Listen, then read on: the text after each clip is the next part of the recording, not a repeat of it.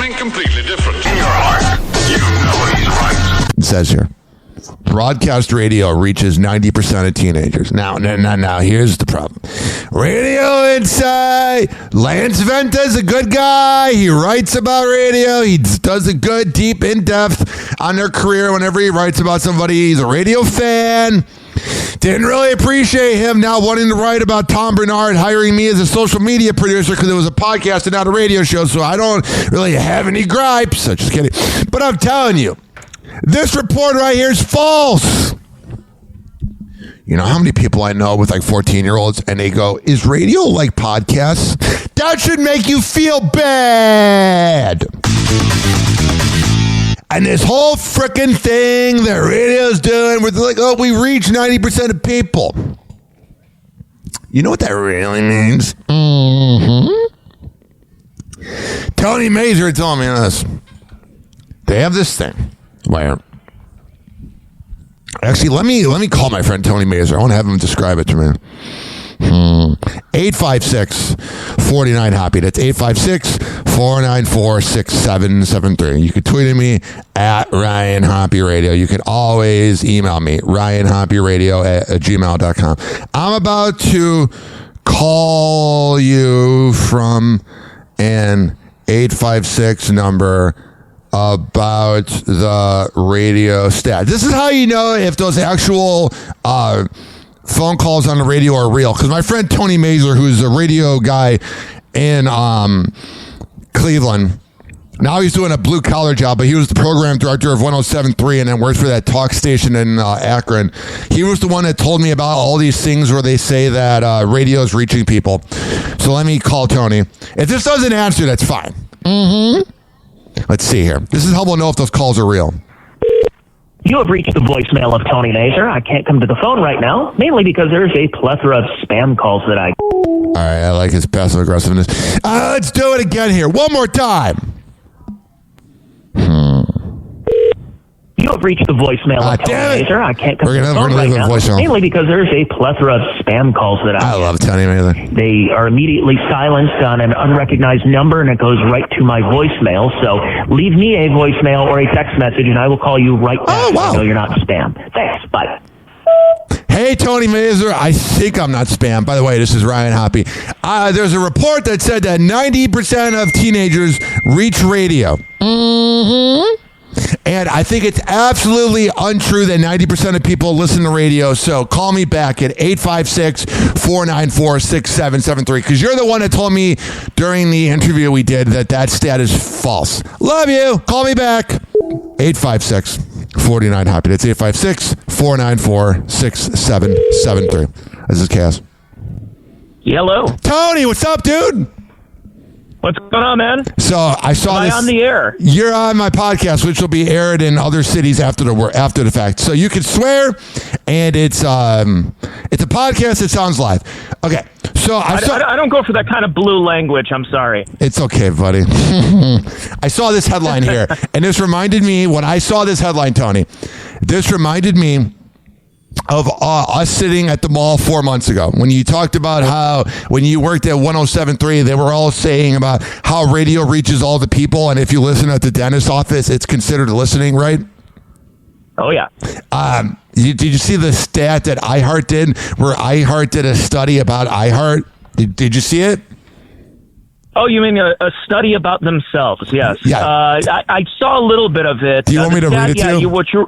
Well, I want to mention, because what we said on the podcast, this was about 4.5 years ago when I was still working in radio, and I got we were sitting down, this is during COVID time, so we're all wearing masks, and they put a thing on the screen that says, well, 97% of people still listen to the radio, or it still reaches them, I should say. It's not like they actually go on in their car.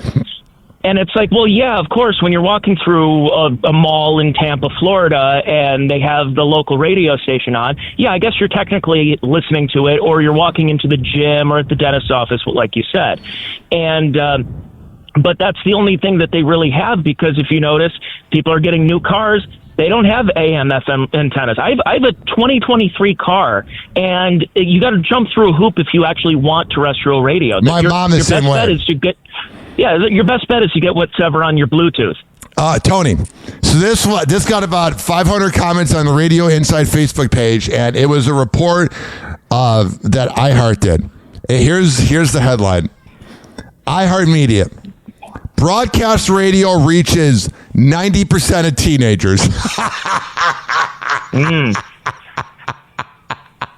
I love radio. Don't get me wrong. I'm still doing it. But that is not true. I have so many friends that are like your age, kind of my age, that maybe had kids young that are like 13, 14. And let me tell you, they all ask me, is radio like the Bad Friends podcast, or is radio like Joe Rogan? Yeah. I'm going to be honest there. Yeah, well, you know it's funny because you probably have seen this wave of 90s nostalgia that's going on right now.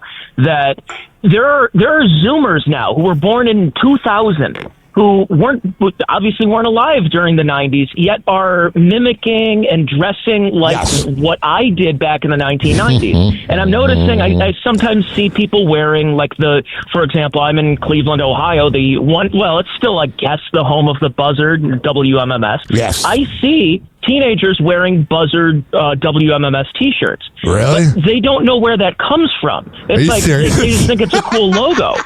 But they've never heard of it. They don't know what that is. What they did is they saw a sticker, probably on their dad's toolbox from when he used to listen back in the 80s and the 90s. Yeah. And they're like, oh, that's kind of a cool logo. I could get that on a shirt. They sell it at the local clothing company down the street. Are you saying... But they don't know what that really means. Are you saying they're not fans of Alan Cox or the old Maxwell show? I mean, they don't know what it's like telling them, oh, a radio show, it's like a podcast with more commercials and you have to censor yourself. And if you were to ask them what Alan Cox is, they'd think it's a porn star.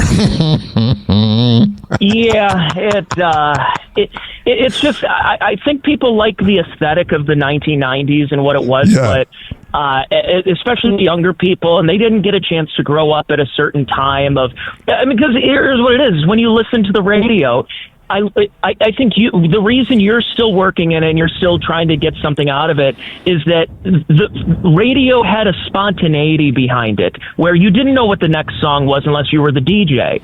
But it could be one of your favorite songs or it could be one you would like to skip. But the thrill of knowing that the one song is ending and it's going into another song, or it's going to be a commercial break, and the anxiety of waiting 5 to 10 minutes for another song coming up, that was great. We don't have that anymore because I could just go on my phone and say, I want to listen to Alice in Chains right now. And not only do I want to listen to Alice in Chains, I only want to listen to Alice in Chains. And I want to hear the curse words in Man in the Box. Well, dude. And not have it say spit. According to the radio, the only Soundgarden song that's ever existed is Black Hole Sun. Not Rusty Cage, nothing else. It's just Black Hole Sun. And even though I like the song, the only Metallica song I ever heard on WMMS. Now, granted, I love this song because when I drove in to Cleveland and I saw the skyline and got caught in traffic in 2014, so the song has a lot of meaning to me, but I'm also sick of it now. The only song MMS plays is Enter Sandman. Yeah, so it's interesting. I might have mentioned this on the show we did a couple of months ago, but I had a music consultant that would tell me that some bands didn't have more than they only had one hit, and other bands were enormous. So, for example, Linkin Park, everything they put out was an immediate hit, and I'm going, no, it wasn't. I mean, yeah, Meteora had, three or four songs. Hybrid Theory had a couple of songs. And then after that, they had like one or two other songs. Look, no, everything they put out, Foo Fighters, Weezer, because the powers that be determined that. Yet he at the same time said, Tony, you only like Queens, you like Queens of the Stone Age, I know that, but they only had one hit. And I remember going to see Queens of the Stone Age in Detroit in 2025 at the Fox Theater, playing nothing but chamber strings B-sides. The place was sold out. You couldn't get a ticket for under $120, and they didn't play one hit, and the crowd loved it. And then I just saw them last week open for Foo Fighters in front of 45,000 people.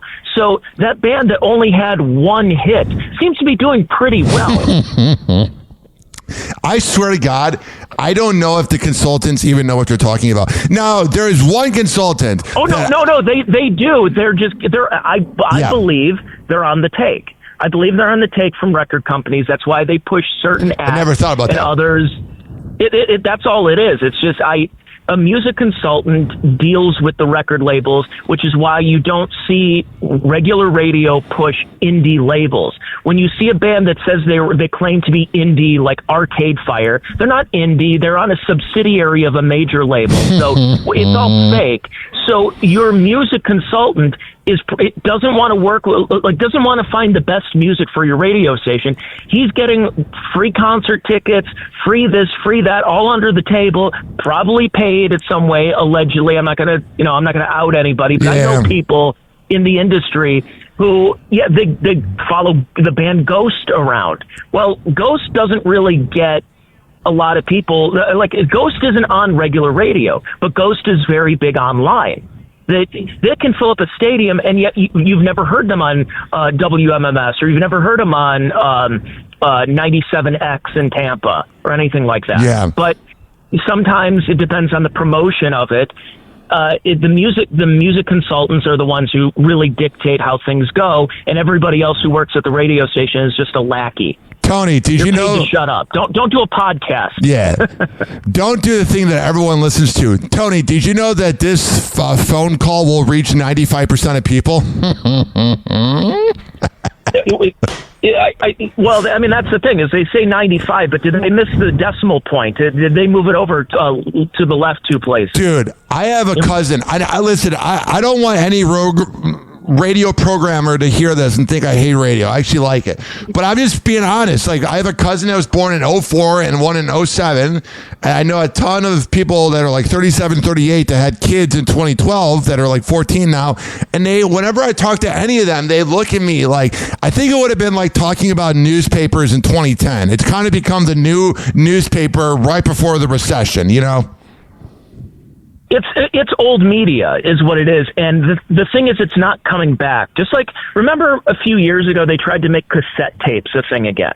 And cassette tapes were the worst. I mean, they're worse than CDs. You had to take your pencil and rewind it. Oh, yeah. But like, they tried to do it because it's hipster and it's fun. And then you have people going out and getting vinyl. But the thing is that here's the truth about vinyl. Yes. That they don't tell you about. It's a digital pressed copy onto wax. So what you think is getting this crisp sound that you can even, if you listen closely, you can hear a door slam 2 studios away. It's fake. It's the same thing you're getting on your MP3, but they're making a buck off of you because you're a hipster and you want to play something on your Victrola turntable. And that's just not, I mean, that's the thing is, the aesthetic on some things, they like to try to bring back and resurrect that, but ultimately it's just kind of a LARP. It's kind of cosplaying. So I don't think you're going to see this rise in Gen Z and even Gen Alpha, the teenagers and even younger, who are going to be like, yeah, I want to listen to the radio. I really like that Rage Against the Machine song where they cut off the final minute and a half. and all of a sudden it just goes into a drum beat and the song's over and goes da, da, da, da, da, da. And then 5 minutes of commercials. I hate, I think it's the song Be Without You by Mary J. Blige. Or no, I think it's We Belong Together by Mariah Carey, where the last like 30 seconds is just amazing vocals where the voice just goes on. And on the hip-hop station here, the Classic Hits one that iHeart does in Tampa, they'll just cut it off and they'll be like, did you know that the iHeart Radio app has a talkback feature? I'm like, can you just let me listen to Mariah's vocals for 20 more seconds? I will get the fucking app. They do that with the song Sultans of Swing by Dire Straits. Dire Straits has this great, that Mark Knopfler does this great guitar solo at the end. Yes. It's so intricate for a mainstream classic rock staple. It's probably on your classic rock station right now, wherever you are listening to this, and yet it's the one classic rock song that I'll go, I'm not turning this off. I still enjoy this. And yet it's cut off when he's just wailing on the guitar. And no one and that's just how it is. Tony. But they don't, because the song is too long for them. It's like 4 minutes and 58 seconds. We got to somehow get this down to about 4 and tighten it up a little bit. We got to do a segment like once a month, man. You got way too much stuff it's got to be heard, dude. You are fucking funny. Well, I appreciate that, and I don't have anything to. Well, I have my podcast and everything. How can people find it?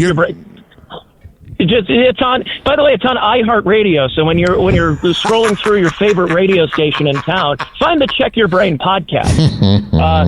Very little commercials because people don't want to sponsor my show, but that's okay. I don't want to be beholden to sponsors. Yeah, because then you got to keep them happy. So you're on Patreon as well, right? Yeah, I got a Patreon if anyone's interested, and I put out free stuff I do it weekly. I feel like I'm on the slow retirement tour because I'll be honest, I'm a bit of a Luddite when it comes to my technology and everyone's, because I want to do one more thing if I can say this. Yeah, you're fine. So a lot of people who work with podcasting and in the biggest podcasts in the world, and even the ones, like, they have a whole YouTube channel, but here's the thing. It's not like the hosts of that are also producing it as well. They have a whole team. They have guys that they work with, or they're a part of a network. And they're the ones who are putting the video out there, and they put that little thing, the icon on the YouTube page says, like and subscribe. And then they cut out little things you could put for Instagram Reels and TikTok videos. I don't have that.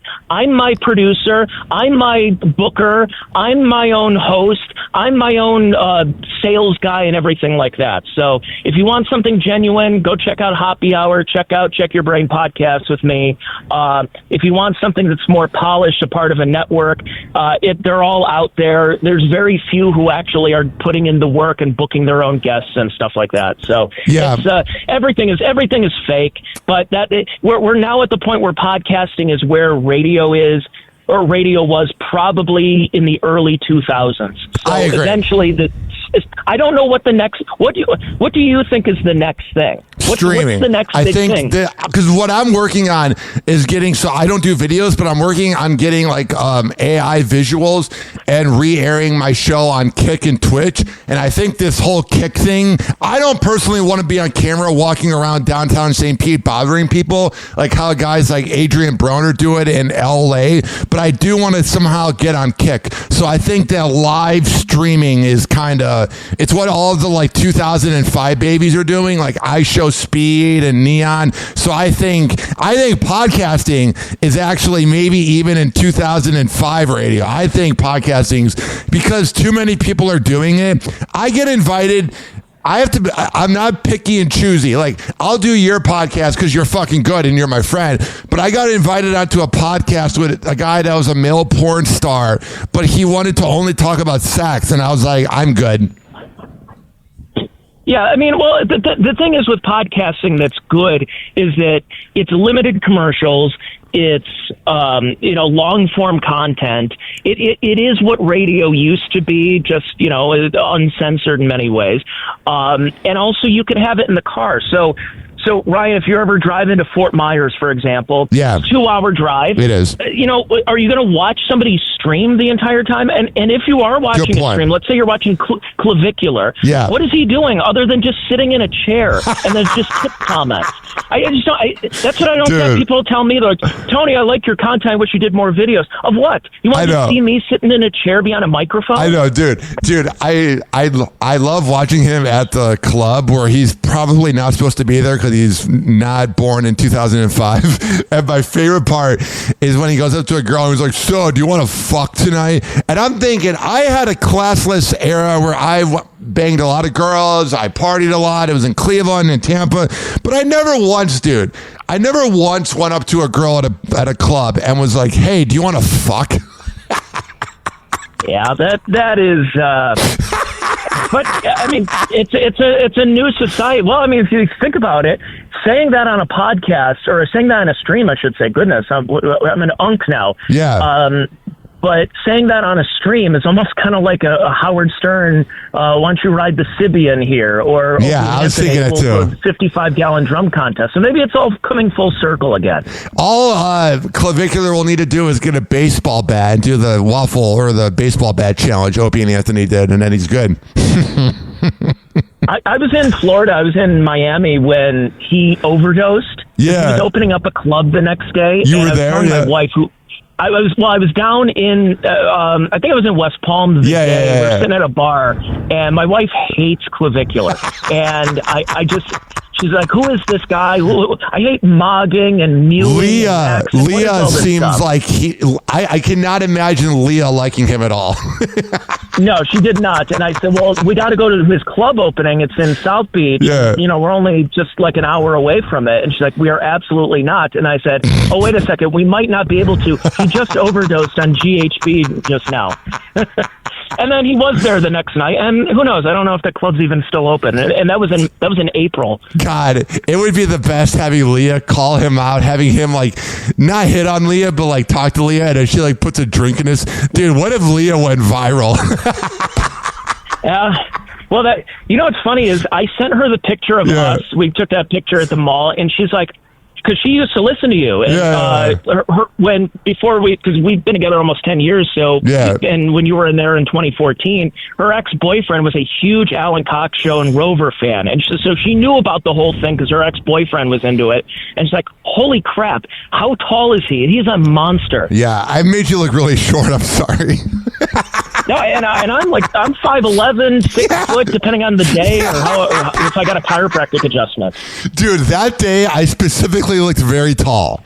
I don't know what. I think it might have been whoever took our picture. I think was shorter, so it made you look shorter because you're not that short. It was very strange. It was like George Murasan and Billy Crystal or whatever.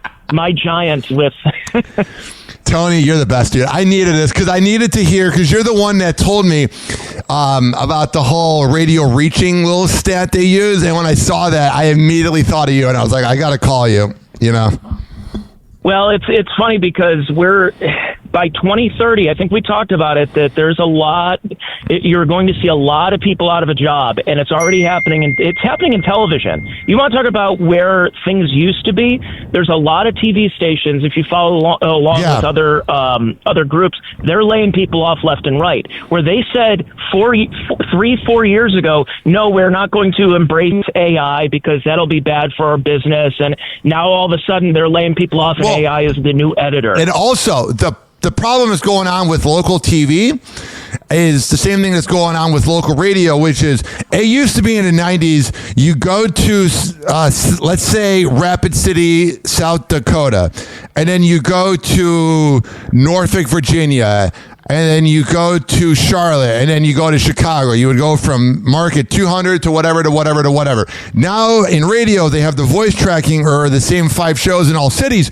But what's going on with local TV is they'll just have, if you're in like, let's say, I think it was Evansville where it happened, Evansville, Indiana, they'll just air the Weather Channel. They don't have your local little Dick Goddard anymore, Well, and that's also being done by AI, because that's what's going to happen is the person, for the 3 people still listening to regular radio, your DJ, by in the next couple of years, your DJ will not be a person. Your DJ will be like, hey, it's Blazer. It's 7:52 in the morning. And that was Man in the Box by Alice in Chains from Facelift back in 1990. Hey, coming up, we have Even Flow by Pearl Jam, and we'll give you some tickets to go see Weezer at the Tampa Bay whatever forum. Yeah. That's not a person. They're working out the kinks right now. The voiceover people that do the sweepers and the bumpers and stuff, those are AI already at this point. I was doing that in 2020 and 2021, so it's definitely AI, except for maybe the recognizable big deep voice guy that you can't necessarily recreate yet. So I just look at this because yesterday was National Radio Day. Yeah, it was. When we're recording this, and I saw it's adorable. All the people, and they're like all their call letters. And back in the day, oh look, he's got his mustache on because it's 1987. What a career he's going to have. And then next up, you see the post on LinkedIn that says, "Well, folks, I knew this day was coming, but I am finding greener pastures as my company has laid me off. I want to thank such and such media company for keeping me employed these last 38 years, and I thank so and so. And if anybody's interested in a 72-year-old grizzled radio guy, yet no one is. Sorry, Dude, Scorch. The best to me is when, the best is when it's the radio executives or the salespeople that are older that are making all the money saying on LinkedIn, they'll post those like blogs about radio reaching 90% of people, and it'll be like some AI caption where it'll be like, "Oh, forget about Twitch, Kick, TikTok, Spotify, Apple Music, iHeartRadio, Netflix, Amazon. Radio's where the heart's at. It still reaches 90% of people, and that's awesome." And it's nonsense. My mother is sending me videos through Facebook Messenger of AI dogs doing coordinated dancing. My mother's 67 years old, so she is a boomer. We're at the point now where the boomers are embracing AI and this technology, which means for old traditional media, the newspaper, the TV, the radio, we're on borrowed time, ladies and germs. It's time to try to get something figured out here. And so if you still, so I honestly, I kind of feel bad for maybe not necessarily the 20-somethings who are in media, because it's a good springboard to something. It's good to put on the resume, hey, I worked at a TV station, a radio station, whatever. Now I'm doing this now. I'm doing whatever, insert PR job. But man, if you're somebody who's not yet at retirement age, let's say you're 43 years old, and what do? You get laid off. Is everyone just going to get a job in PR? Well, is that all everybody's worth now? What I don't like is that before iHeart would lay off people with average ratings, but like someone that I talked to that obviously you've heard of, Kid Chris was still number one in Cincinnati, getting great numbers, and he had hundreds of thousands of listeners, and he gets let go. That to me is where I'm starting to get discouraged, is when you see the rock and roll and funny DJs getting let go, even if they're doing well. That's where I'm starting. Before, it was like, oh, you're in 11th place and you haven't been popular in years, whatever. But now you can literally be, Dave Ryan in Minnesota, let go. All these shows, like, that's where I'm now scared. I wasn't as scared before because it was like, oh, that person didn't get ratings. But now, dude, unless you're like Elvis Duran or Charlemagne, you don't matter. Bobby Bones. Exactly, yeah. Exactly. But even with those, because you think about it, if, let's say, Bobby Bones, let's say he either leaves or iHeart, whatever, his contract's up, and they say he's making too much money, we can't come to terms on a deal, and then Bobby Bones starts a podcast. That's not going to be interesting. The only reason he has a listening base is because of what had been built up for now a couple of decades. Well, and you know what the rumor is? Well, it's not really a rumor because I know the info. He never knew country radio. He was a top 40 guy in Austin. I've met him twice at a radio convention. He's a nice guy, but he didn't know country music. They gave him all the bullet points of what to say, and then he just learned country music. He was never into country music.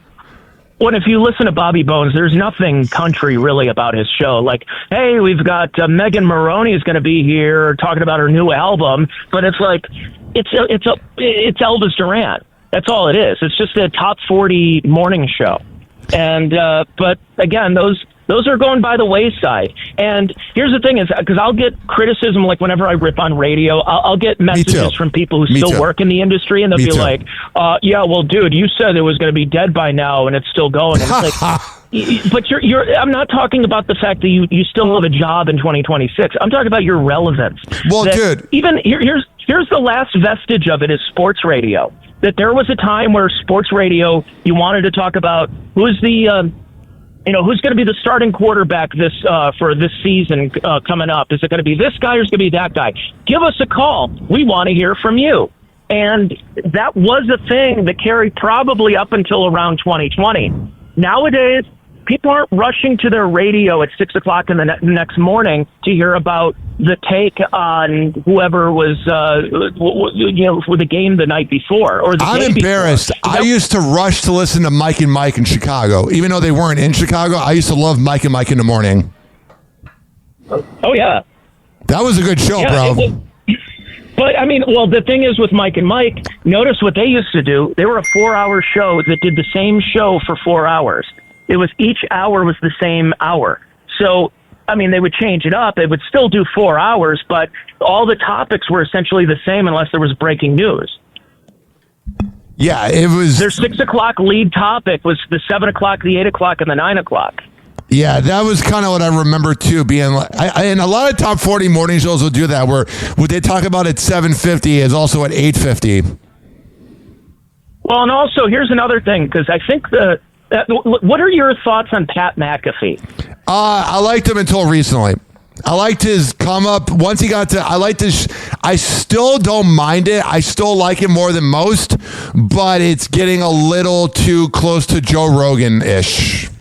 Well, it's too much Pat McAfee now. If you go on ESPN right now, as we're doing this, Pat McAfee's on. Yeah. Then you want to watch College Game Day on Saturday morning this fall, it's Pat McAfee. You want to watch Monday Night Countdown, it's Pat McAfee. Then you go to a commercial break, and it's him, and it's him, and it's him. It's a little bit much. However, the one interesting thing that they were able to do is that they would at least, because when it started, I mean, his show started as a podcast. And that they were able to kind of spread it out a little bit and do some extra content that's not going to necessarily be on ESPN. So that's just what's interesting when I watch these like Boomer and Carton or Gio and Boomer or whatever in the morning.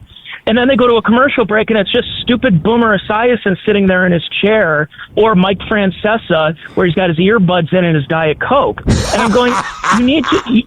This is why I don't do a lot of video content is because you need to use the medium. If you're sitting there at noon and you're at a bar and you're eating lunch and having a beer, I don't want to watch dumb Mike Francesa and his white hair go, hey, dog, what you think about, you think John Carlos Stead should retire? Let's go to the phones here, dog. But... is that what I want to hear? And it's like, no, I want to see, just show B-roll, show the highlights from last night as he's talking. Use the stage, use what you have instead of just, I don't want to see a guy sitting there listening to a phone call. Tony, you're the fucking man. Dude, you said everything I needed to say, but I didn't know how to say. Because you're the one that told me that mindset. And man, I could tell deep down you still love radio a little bit, but it's just like, it's like that, I don't know what it is, but. I loved what it used to be. Yes. And then I had the gumption and I also had the naivete in thinking that I could help change it. And I realized there's no hope. There's no hope in changing it. Who am I? Yeah. It's all that matters. I don't know. I kind of had the same mindset, but I'm so persistent that I'm never going to go away. That's what the radio business has to deal with is me never going away. So, Tony, can you believe we've been talking for 29 minutes and 40 seconds? I can believe it. I thought it was gonna be like a quick 5-minute thing. I'm like, nope, I'm on a roll right now. No. I had to keep you on. I'm at work at my blue collar job right now. I am nowhere close. The only thing I see radio antennas in the way background of where I'm working, and that's about it. That's as close as it gets. And here's the other thing: is all my coworkers, if I said, "Hey, did you listen to Kiss FM this morning?" and Elvis Duran, they wouldn't know who Elvis Duran is or Kiss FM. So I'm like, perfect. Well, you got to tell them about Happy Hour. I'm going to make this a separate episode so it'll be on the full episode, which is currently being recorded, and then I'm going to make a separate thing because I knew you'd be the guy. When I saw that headline, I said to myself, I need to get Tony Mazur on because I've actually told a few people that are higher up in radio because they were like, do you know what that means when it says reaches? And I said my friend told me, so you're the reason I know that. We're the station that reaches the beaches and shakes the lakes. Oh my God, you're the best, dude. Tony Mazur, again, Check Your Brain podcast, correct? On all the platforms? That is correct. Tony Mazur. Yeah, it's on them. Yeah, whatever. Wednesdays, go check it out. Tony Mazur, you're the GOAT, bro. Bye now. Talk to you later. I love that guy. I love a good little cocky attitude. 856-49-HOPPY. It's 856-494-6773. Here's the deal. I'm thinking about it. We've been recording for an hour. We still have a ton of stuff to get to. Today's probably going to be a 3-hour show. We got video clips. Some might be left over. I've learned something from when I worked on the MJ show. Save some prep for the next day. But there's something kind of therapeutic about doing a long show. So we got pretty much the whole show coming up. If you're listening in Fresno, you might not be able to hear the whole show. Because we only air 2 hours. So check that out later by searching HOPPE radio. You know what I mean? Because I record for the hardworking average Joe and Jane that grind in life. And I appreciate you listening. All right. Here's the deal. We're going to come back in happy hour and we're going to keep this party going. Happy hour. Happy hour.